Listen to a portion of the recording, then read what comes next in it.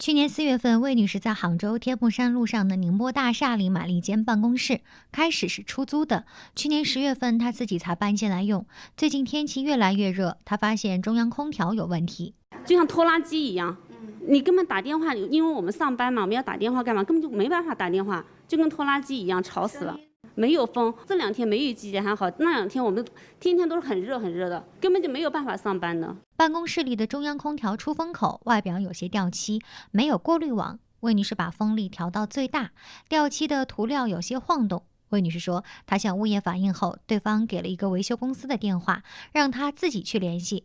我问他说：“那你这个空调多久？”他说：“20多年。”我说：“那零件好吗？”他说：“零件不好配，但是如果你一定要修的话，那你只能慢慢去找。”他说我这里面有4个空调，他说我要800块钱一个，那我修下来4个空调差不多是不是要3200？因为房子是我买的，我肯定有一个长期的过程嘛，对不对？我不能今年修了，明年再来修。我说那而且修的这个成本也很高，零件也不好买。我说那我能不能就直接买一台空调我来换上？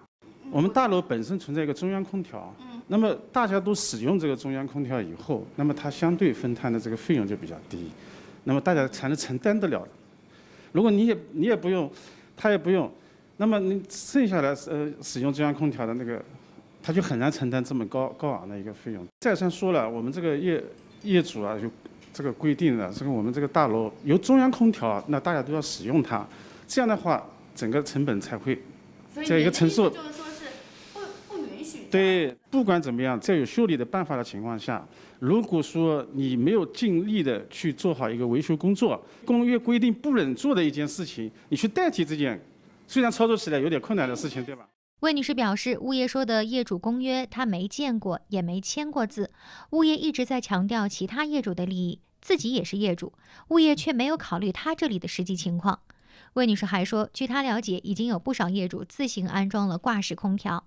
那么，按照物业的说法，这些业主没有使用中央空调，没有考虑大家分摊费用的情况，也是在损害其他业主的利益。她要求物业给个说法。作为我们物业，我们只做到我们应该职责范围要去管理的事情。那么这个地方是我们物业公司入驻之前已经存在的事实。那么对于追溯既往的这个权利义务，我们也没有。这位物业工作人员说，他们是2017年6月入住的。魏女士提到的有业主自行安装挂式空调，发生在他们入住之前，他们入住以后就不允许了。